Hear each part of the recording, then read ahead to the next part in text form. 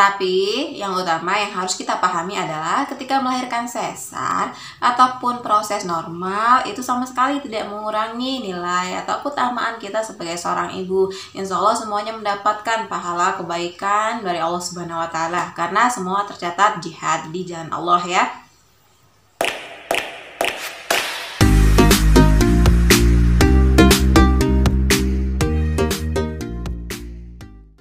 Bismillahirrahmanirrahim. Assalamualaikum warahmatullahi wabarakatuh. Apa kabar semuanya, bunda-bunda, para ayah juga ya, dimanapun berada. Semoga semua dalam keadaan sehat walafiat bersama keluarga tercinta. Dan alhamdulillah kita ketemu lagi di channel Kado Untuk Bunda bersama saya. Dan insya Allah hari ini kita akan sharing lagi ya. Dan tema kita sharing hari ini adalah melahirkan normal atau sesar ya. Tapi sebelumnya jangan lupa untuk kasih like, subscribe untuk video ini, dan share kalau seandainya bunda-bunda anggap video ini bermanfaat ya, ke seluruh media sosial bunda-bunda semua. Terima kasih sebelumnya. Baik bunda, kita lanjut saja ya. Sharing kita hari ini adalah tentang pilih melahirkan sesar ataupun normal. Nah, yang namanya proses melahirkan itu kan kita sudah kadang sudah merencanakan lah ya. Saya mau melahirkan normal ya, saya akan berusaha sekuat mungkin, akan saya lakukan hal-hal yang bisa membawa saya pada persalinan normal. Perjuangannya akan saya hadapi seperti itu. Tapi memang ada juga yang dari awal sudah memutuskan untuk memilih persalinan sesar. Nah, kita bahas dulu untuk persalinan normal ya. Nah, untuk persalinan normal ini insya Allah, karena memang persalinannya secara alami ya. Namun tetap meskipun yang namanya persalinan normal ini secara alami ya, istilahnya yang namanya bayi kalau sudah waktunya 9 bulan 10 hari itu kan sudah waktunya keluar, insya Allah bayi akan keluar sendiri seperti itu. Tapi yang namanya kita sebagai ibunya, kita harus membantu proses supaya bayi ini bisa lancar keluarnya lewat jalan lahir. Nah, apa saja yang bisa dilakukan ibu ya supaya proses kelahiran sesar ini bisa berjalan dengan lancar ya. Yang pertama adalah ibu harus menjaga kesehatan ibu ya.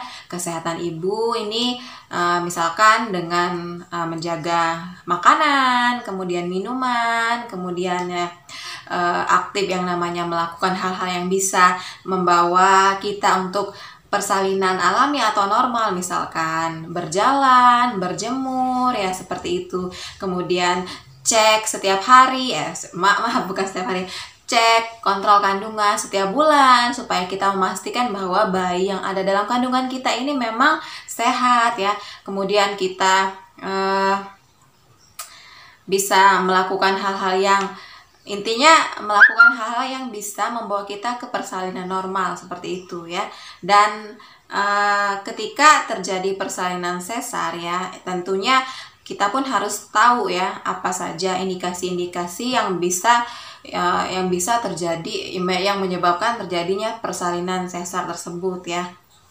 Nah, kalau kondisi bunda itu sehat-sehat saja, bunda sudah berusaha menjaga makanan, kemudian menjaga kontrol tiap bulan rutin, kemudian melakukan hal-hal yang bisa membawa supaya persalinan normal itu bisa berjalan bagus. Misalkan ketika sudah kontrol itu kan biasanya ada resep-resep vitamin yang harus diminum, itu diminum ya, jangan dibuang atau ditaruh di bawah bantal ya. Nah, kemudian makan makanan yang bisa supaya kita kuat ya, supaya kita ini tetap bertenaga, kemudian menjaga biasanya kan kita cek yang namanya HB ini bagaimana caranya bisa stabil supaya nanti ketika pada waktunya harus melahirkan normal itu, ketika pada saatnya harus mengejan kita ada tenaga, kita bisa kuat seperti itu. Nah, beda lagi kalau seandainya memang harus melahirkan sesar, itu pasti ada indikasi-indikasi baik dari si bayi ataupun si ibu. Nah,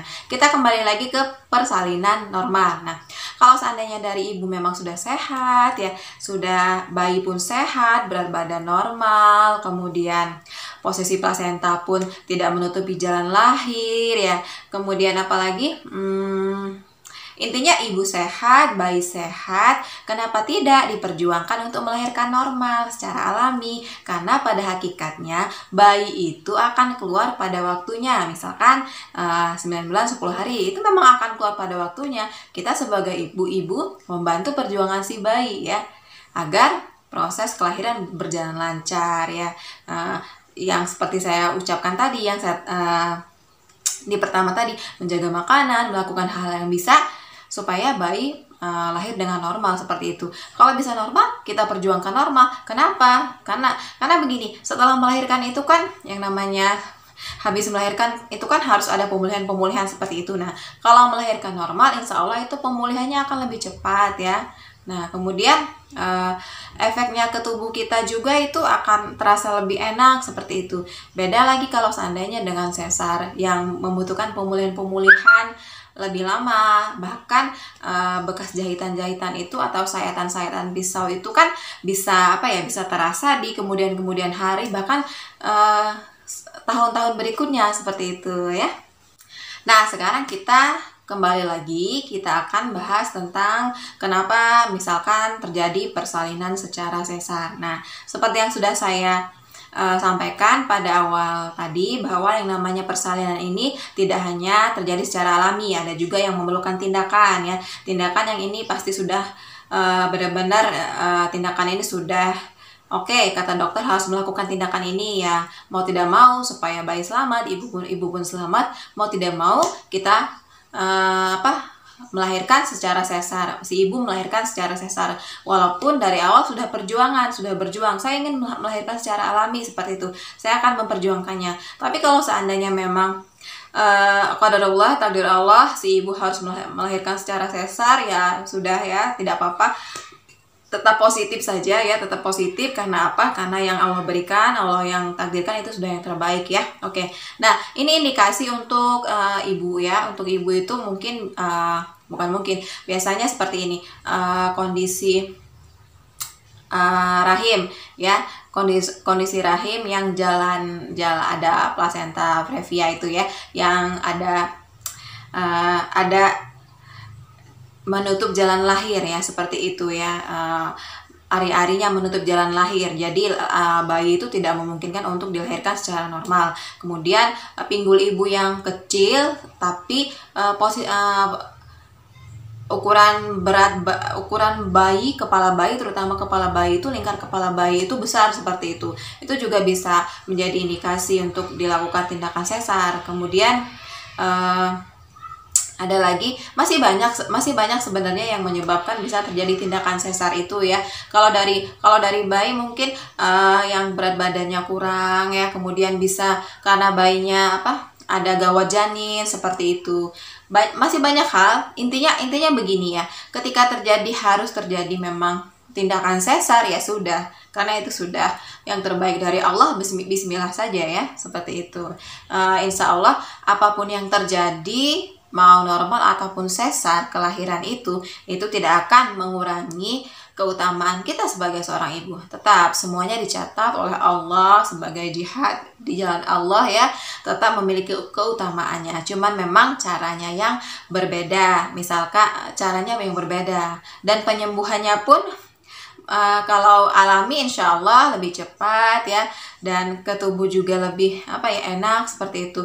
Tapi kalau untuk sesar itu lebih lama penyembuhannya ya. Bahkan banyak yang cerita ke saya juga itu sering kerasa kayak nyeri nyut-nyutan itu setelahnya mungkin sebulan, 2 bulan, 3 bulan, bahkan setahun 2 tahun kemudian itu masih terasa ya, seperti itu. Dan untuk melahirkan normal ataupun sesar itu sebaiknya ya diberi, untuk kehamilan berikutnya itu diberi jeda 2 tahun lah ya, supaya ini kita bisa benar-benar mengoptimalkan, menormalkan fungsi-fungsi tubuh kita, fungsi organ tubuh kita, terutama organ reproduksi kita, supaya benar-benar baik, supaya benar-benar kuat ya.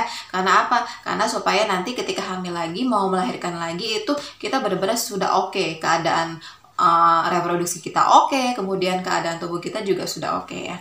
Oke.